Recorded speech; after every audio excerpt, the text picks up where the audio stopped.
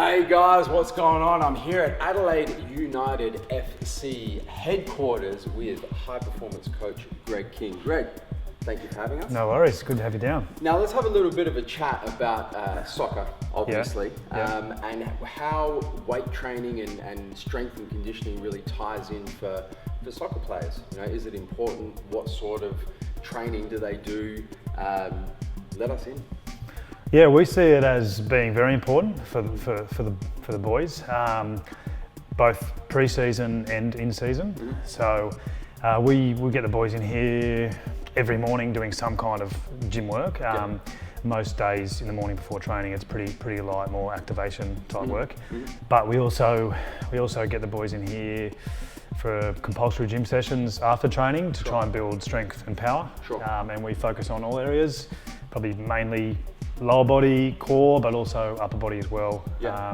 Trying to keep it as sort of functional is a bit of a buzzword, but trying to keep it as close, a little bit close to what they do, but also getting strong as well and feeling confident in their body. Yeah, absolutely. So what sort of exercises would they be doing? Obviously lower body strength for soccer players is more important than upper body strength, I'm assuming. That would be... Yeah, I think because you kind of look at it a little, you kind of look from a performance angle, like on the field, speed, the ability to be able to be powerful on the field, but also from a injury prevention side of things. So it's proven that being stronger can help to prevent injuries. So we'll get the boys doing a combination of things that I feel are a bit more for performance and things that are a bit more for injury prevention. So squats, deadlifts, single leg work like split squats, single leg squats. Probably pretty similar to what you guys do, and in terms of your compound lifts. And then a lot of different core things, working on stability and strength in the core, and then some single arm type upper body things. And in terms of, we're used to seeing kind of bodybuilding or strength splits that are targeted at building strength. So usually it's heavy weight, low reps. For hypertrophy, 8 to 12 reps per set, 3 to 5 sets per exercise. That's what we're used to seeing. How do you guys train? Do you train higher reps? Do you train to failure? Do you stop short of failure? What do the workouts look like? Yeah, the workouts, I prefer, if they're going to be in the gym, to keep it low reps and really work on strength, because I think they get enough high repetition work out on the field. So generally we'll work up to about 8. Sometimes we do a little bit of upper body hypertrophy. When they're learning an exercise, maybe 8, and then as they get better at it, sort of between 3 and 6. At the moment the boys are doing 2 sets of 5 and 2 sets of 3 on a deadlift. So but they won't go to failure. They won't go to failure. So we concentrate on the quality of the lift and the speed of the lift as well being important. So, absolutely. And do you track the progress of the players? Like, are they trying to progressively overload and increase their lifts every workout? They're not great at that. Like, it's something I wanted to put in place for pre-season, and I was big on it. They're filling out their programs, and we were keeping record. But then they're not great at filling out their programs, and they'll generally follow what's on the program. So if I'll have to build into the program what I want them to lift. They'll lift what it says on the program, but they won't really try to push themselves necessarily to lift heavier.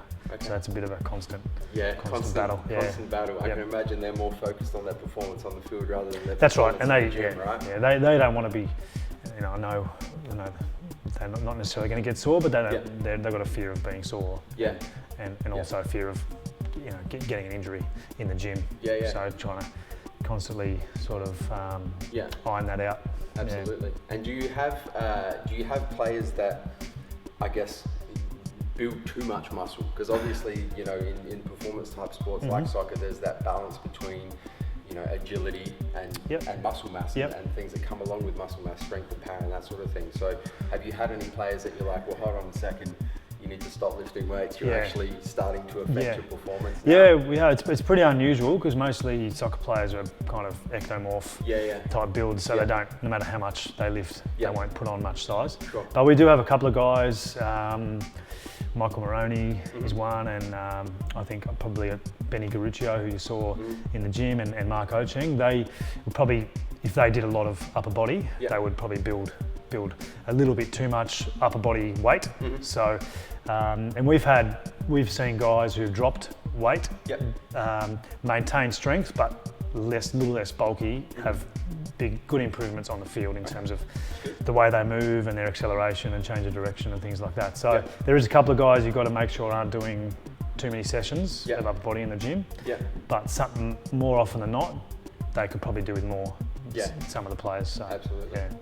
Now, change of pace a little bit. Let's talk about supplements and supplementation for performance athletes and soccer players in particular. So what, obviously you guys are primarily focused on recovery and supplements for recovery and helping the guys get back up for the next training session, the next game, and performing at their peak.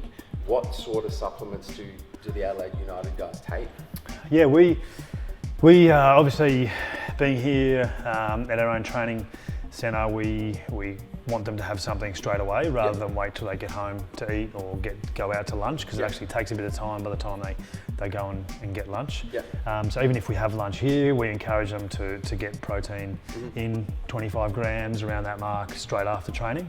Some of the probably half split, half have protein, like a whey protein isolate shake straight away, and then the other half make a smoothie with the NutriBullet. So and they'll put in protein as well, and also some glutamine in there as well. And sometimes some of the players, it's more on an individual basis, they're using creatine, and they'll put that in their shake after training as well. Absolutely. And amino acids, branched chain amino acids, does that kind of play into soccer at all? Is that I think that has a place for sure, because I think if the players, especially if they don't want to bulk, or if they don't want to feel, if they don't like, some players don't overly like the whey protein. I think for them to get the best quality protein source into them as quick as they can, that offers that, I think, with the BCAA powder. So we definitely make that available with the smoothies, and then also to put in their shake as well. Absolutely. So there's a good crossover between, I guess, what we're used to seeing with supplementation that are kind of surrounded with bodybuilding and strength-based sports and aesthetic-based sports to performance-based sports. You do kind of see that crossover with, from a recovery perspective, it's about your whey protein isolate, something like the Core ISO, which I know you guys use, your creatine, your HCL pure, which you guys have access to as well, and then your BCAAs, your Core ABC. So it's interesting to see that kind of crossover between what people would generally think of as bodybuilding supplements, now kind of making their way into performance-based supplements. So it's good to see that you guys are using them and getting good results from them as well. I think without probably the research that goes into it is probably from bodybuilding, from the bodybuilding side of things, but it's good that that's passed down, passed along to the team sports and things like that, and we've probably developed in what we offer to the players in terms of post-training and pre-training nutrition. So it's helped us a lot. So it seems like the soccer players have learnt a little bit from the bodybuilders. I think so. So what can the bodybuilders learn from the soccer players? I'm not sure you. I don't know. I don't know if anything we can offer would improve your performance in your sport. Maybe balance. Maybe that's what a lot of bodybuilders need. I think the soccer players have a good, across the board. Generally, pretty good. Pretty fit. Not all of them, but some of them are quite strong.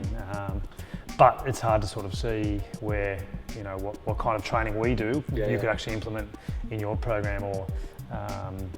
So I'll have to think about that one. There you go. You have to get back to me on that one. Greg, it's been a pleasure. Thank you very much for your time. No worries. Guys, as always, don't forget to hit the subscribe button. Subscribe to our YouTube channel. Stay up to date with all the latest news and happenings at Adelaide United FC throughout the 2016-2017 season. If you're watching this on the mobile, turn your post notifications on. And finally, we've put together a pretty cool supplement stack based on what the guys at Adelaide United are taking. The link is in the description box down below, so you guys can go and check that out and get yourselves exactly what the players from Adelaide United are taking during the 2016-2017 season. Greg, thank you very much. Thanks again. Appreciate it. As always, guys, stay massive. Adelaide United, proudly sponsored by MassiveJoes.com. Stay massive.